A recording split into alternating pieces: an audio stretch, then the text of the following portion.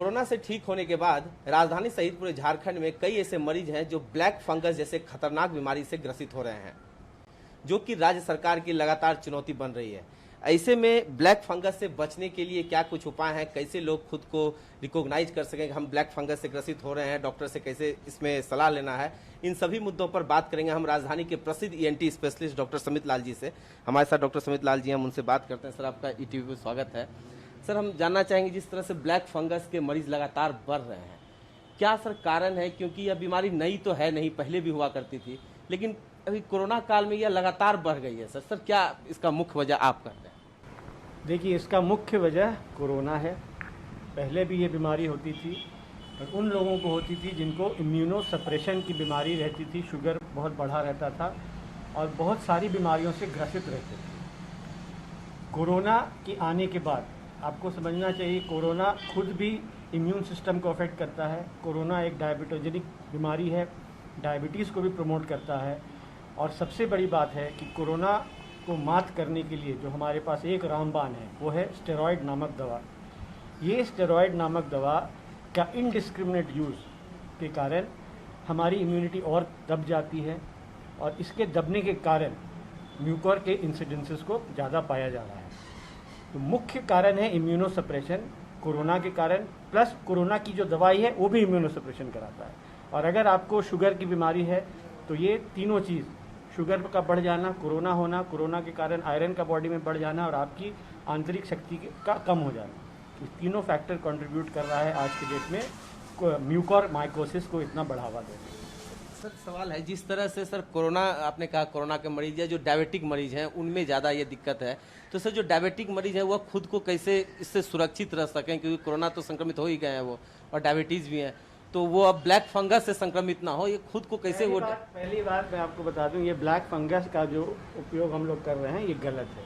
ये है सफ़ेद फंगस, लेकिन चूंकि ये जब शरीर के अंदर अटैक करता है तो शरीर जिस एरिया के साइनस, आँख और ब्रेन का, वो ब्लड सप्लाई ख़त्म कर देता है। तो ब्लड सप्लाई ख़त्म होने के कारण टिश्यू काला हो जाता है, इसलिए इसको लोग ब्लैक फंगस बोल रहे हैं, लेकिन ये ब्लैक फंगस नहीं है, ये है सफ़ेद फंगस। खैर, ये एक बात हुई। दूसरा, जो आप बोल रहे शुगर का कंट्रोल रखना कोरोना की इन्फेक्शन के दौरान, या तो अस्पताल में या तो घर में आप खुद से इलाज कर रहे हैं, अत्यंत आवश्यक है। शुगर को कंट्रोल करके रखेंगे तो आपको 99% चांस है कि कोरोना से के कारण म्यूकोर का इन्फेक्शन नहीं हो।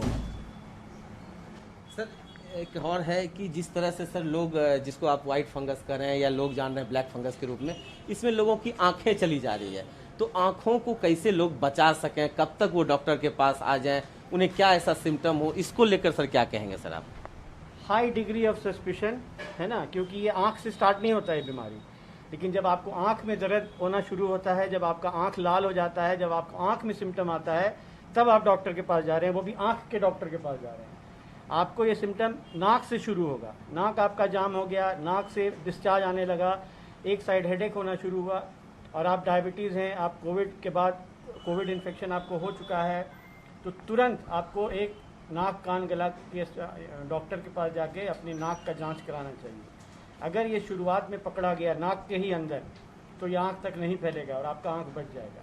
लेकिन वही लेट हो रहा है, लोग आँख के डॉक्टर के पास पहले जा रहे हैं, तब तक आँख में घुस गया है बीमारी। एक बार आँख में घुस गया बीमारी, आँख बचाना नामुमकिन है। तो सर लोग नाकों में जब, तो नाक किनके पास, किनसे सलाह लें ऐसे समय?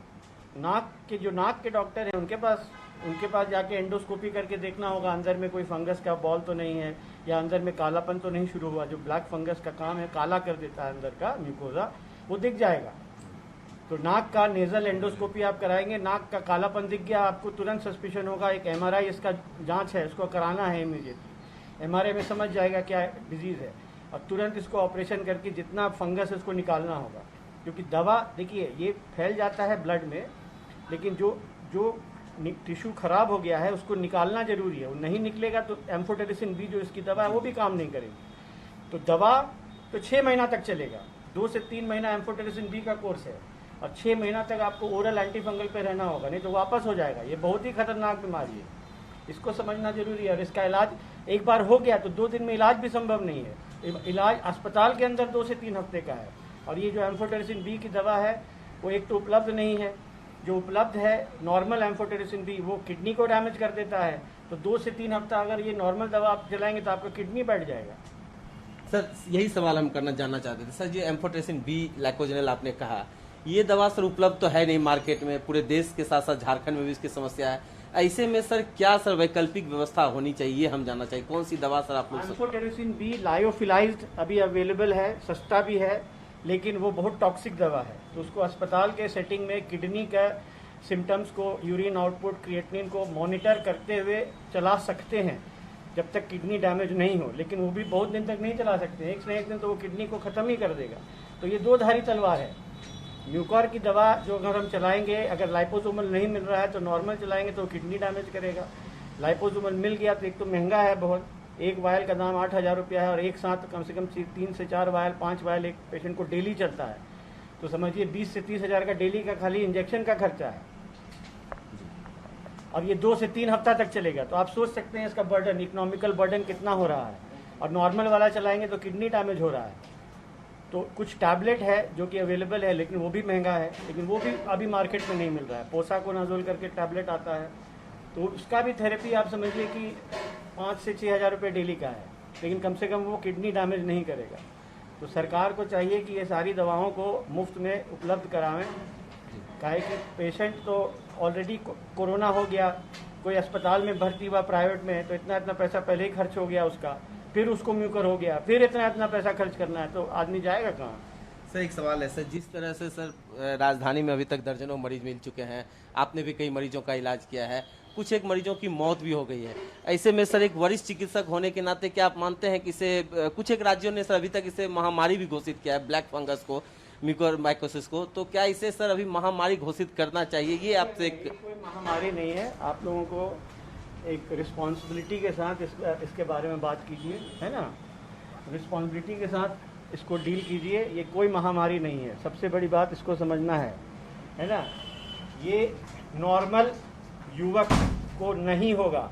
कृपया इस मिथ्या को ना फैलाएं कि यंग आदमी उसको म्यूकोर हो गया, मर गया। नहीं हो सकता, इम्पॉसिबल है ना। नॉर्मल आदमी को कोरोना का इन्फेक्शन होगा, डायबिटीज़ अगर उसको नहीं है तो उसको म्यूकोर की बीमारी नहीं होगी। इस बात को कृपया करके बताएं लोगों को, और इसको पैंडेमिक, एंडेमिक और ऑल टाइप्स ऑफ एंडेमिक मत बनाइए। ये उन्हीं को होगा जिनको शुगर की बीमारी है और कोरोना के उपचार के दौरान स्टेरॉयड पड़ रहा है। स्टेरॉयड पड़ने के बावजूद उनका शुगर को कंट्रोल नहीं किया जा रहा है।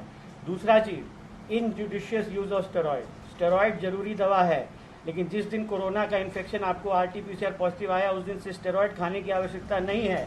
ये लोग घर में बैठ के कर रहे हैं। ये सबसे बड़ा इस महामारी का कारण, इस जो रिसर्जेंस ऑफ म्यूकोर, नॉट महामारी नहीं, रिसर्जेंस ऑफ म्यूकोर है, उसका कारण है। घर में अपने मन से स्टेरॉयड का सेवन न करें। स्टेरॉयड तो रोड पे मिलता है, लोग को RT-PCR हो गया, कोविड जाता है, स्टेरॉयड खा लेता है क्योंकि डर है, भय है। वैसा मत कीजिए, है ना। स्टेरॉयड जा करके रोड से उठा के मत खाइए। स्टेरॉयड कब देना है और कितना दिन देना है, ये जो कोरोना के जो डॉक्टर हैं उनको बहुत अच्छे से मालूम है। कितना लेवल ऑफ इन्फ्लेमेटरी मार्कर बढ़ेगा। CT में जब फाइंडिंग आएगा तो 4 से 5 दिन के लिए स्टेरॉयड दिया जाता है, फिर बंद कर दिया जाता है। तो इनडिस्क्रिमिनेट यूज़ एक सबसे बड़ा कारण है। जो भी जा रहा है अपने से स्टेरॉयड खरीद के खा ले रहा है, उसमें शुगर बढ़ जा रहा है, घर में आप मॉनिटर नहीं कर पा रहे हैं।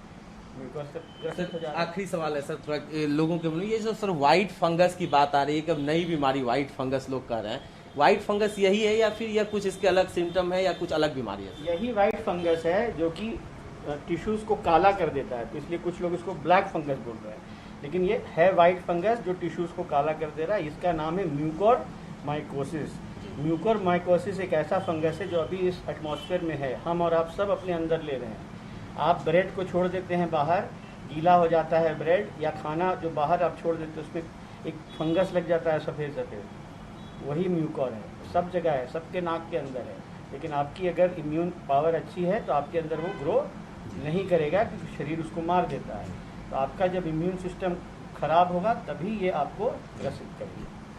तो बिल्कुल डॉक्टर साहब थे, डॉक्टर ENT स्पेशलिस्ट हैं, डॉक्टर समित लाल जी, जो राजधानी के प्रसिद्ध डॉक्टर। इन्होंने बताया कि यह जो बीमारी है निश्चित रूप से खतरनाक है, लेकिन जो लोग सचेत रहेंगे, जो डायबिटीज के मरीज नहीं है और जो स्टेरॉइड जैसी दवाइयों का बेवजह यूज कर रहे हैं, बिना डॉक्टरों की सलाह की, उन्हें कहीं ना कहीं यह बीमारी होने का खतरा होता है। और जो व्हाइट फंगस की बात हो रही है, इसी को व्हाइट फंगस भी कहा जाता है, और इसके लिए लोगों को सचेत रहने की जरूरत है। और सरकार को से भी अपील करते हैं हम लोग कि जो दवा है, जो दवा उपलब्ध नहीं हो पा रही है, वह दवा की उपलब्धता कराई जाए, ताकि जो लोग ग्रसित हो रहे हैं वह उन्हें जल्द से जल्द राहत मिल सके। अपने सहयोगी परमानंद के साथ मैं हितेश कुमार चौधरी, ईटीवी भारत, रांची।